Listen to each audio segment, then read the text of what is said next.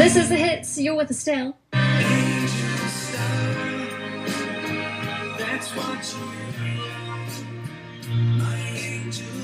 this is a bit fun. It's always nice for me to have guests in the studio. Chris Sanders is here. Thank you for coming in on your Monday night. Oh, thanks for having me, Estelle. Yeah, it's nice to be here. Hey, now you are a children's author and you're also a singer-songwriter. Yes. So what came first for you? Were you writing books first and then by way of that the songs sort of came about too? Yeah, it was actually kind of a bit of an accident how I became a children's songwriter. I'd written this song called Angel Star to be on a grown-ups album. Right. And it just happened to be about my kids. It was written about my eldest daughter and her wish for a sibling. And basically I wrote this song and I was in the studio and I was like, this is a really lovely song. I've got to do something really special with this. And so I just one day had this idea, I'm going to turn it into a children's book. And so I did that. I got an illustrator, a lady called Kat Merriweather illustrated that book, and she does all the Kiwi books. And she did such a great job. And basically I brought it out and people started listening to it and buying it, which I'd never experienced before with my music. So I thought, well, maybe this is kind of like my calling. So I thought after that, I'll better do some more.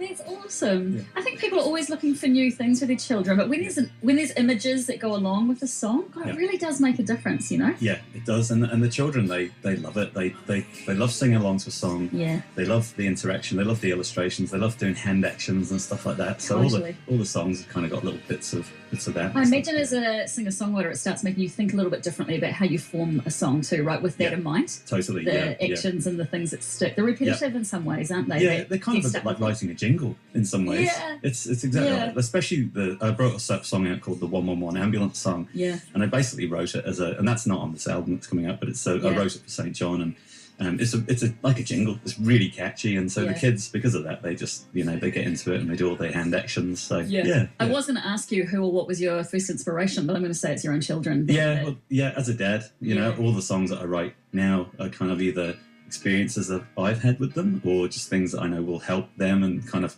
by helping them, I kind of think hopefully other kids will like it as well. Yeah. Are they into what you do?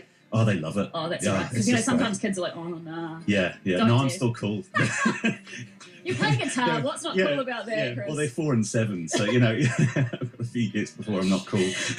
That's awesome. This the 111 ambulance song. Yep. I have had it stuck. I've had it stuck in my head. I literally listened to it twice and like, I know this song now. It's one of those ones in the car, right, that parents listen to, and then for the rest of the day, minus the children. It's an earworm. It totally is an earworm. It gets in your head. And I have teachers that email me and they go, I woke up at 3 o'clock in the morning because of you with that song stuck in my head. So you're doing a great job when that happens. Yeah, absolutely. So did St. John's come to you? Like, how did that collaboration happen? They came to me and they said, we're thinking about writing a song for our education program. They said, can you go away and do that? And so I went away, just wrote this 111 song and came back to them about 3 months later, and I played it to them in an office in St. John in Auckland, and they were like, we love it, it's great, it's so different from what we expected. And so after that kind of just all escalated into a book, and the book sold like 5,000 copies in the first couple of months, which was pretty cool. And then we went on this tour and I just performed to like 20,000 kids across New Zealand in 80 schools. And you're on the news with it. I was on the news, all the talk shows. It was so dead great. Famous now, So famous. So your debut children's album comes out this week. It does. These Memories Make You and Me. Yes. Great name. Thank you. What's that about? It's completely the other spectrums of the ambulance song. Like so I call that the ambulance songs are my Wiggles song, and these are more like my I guess these are a bit more emotional, these songs. So and Angel Star's on this album. So it was actually a couple of years ago, like I said, I brought out Angel Star, and after I'd written that song, it had done well. I was actually getting Paul Ellis. Remember Paul Ellis from NZ Idol? He was kind of helping me out a little bit at the time, and he said, Chris, you've got to go away and write some other songs because you're going to have to start gigging. So I did. I went away in a few weeks. I wrote this bunch of songs, but they were all like different experiences that I'd had in my life. From the first time you hold your baby in your arms, you look at them in the eyes. It's kind of like when all the memories really start. So I thought, that's a little song called "You Are Perfect." And then it goes through the album, all these different little stories as the children grow up. And the last song, one of the last songs, "These Memories Make You and Me," is kind of about looking back and seeing your children have grown up so quickly, and you're kind of going, "How did that happen?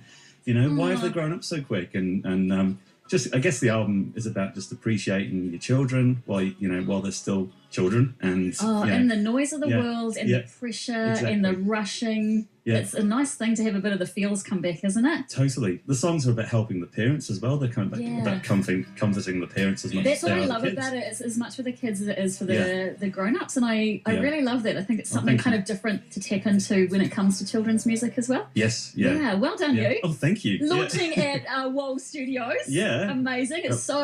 It's so awesome out there. So it's great to be surrounded by and have their support as well to be able to have your launch party. Yeah. So that's this week, eh? That's on Saturday, 22nd of September at 4 o'clock, and you can get tickets on Event Finder for that as well. So go and get them. They're selling quick. I love it. All the best for the launch. We're actually giving this album away, I believe, for the Instant Winner weekend this weekend. We're actually giving a lot of albums and a lot of books away. So I'm not sure if I can say how many, but we'll reveal more on Friday night, I promise. And then after that. But also, if people are interested in purchasing for themselves, where are we going? To your website? So for the album, they can pre-order it now. It's actually about, so you get 2 songs instantly. You get You Are Perfect and Angel Star, which some people might already have. Yeah. But then the rest of the songs are all released on Friday this week. We'll get a full copy. You can download it, and then so there's loads of ways people can get it. So just go to iTunes and Google Play, and if you want to get it before. We'll chuck it all up at thehits.co.nz as well, because I also want people to see, if they haven't heard Angel Star before, I want them to see a little bit of what the story's about, because we can say lots about it, but I feel like to experience and see it for yourself is quite a nice thing. There's a nice little video for that. Yeah. So, as well. So, that's awesome, Chris. Thanks for coming in. Congratulations. Yes, thank you. And we will be spreading your name and your sound right here on The Hits. We love it. Thank you.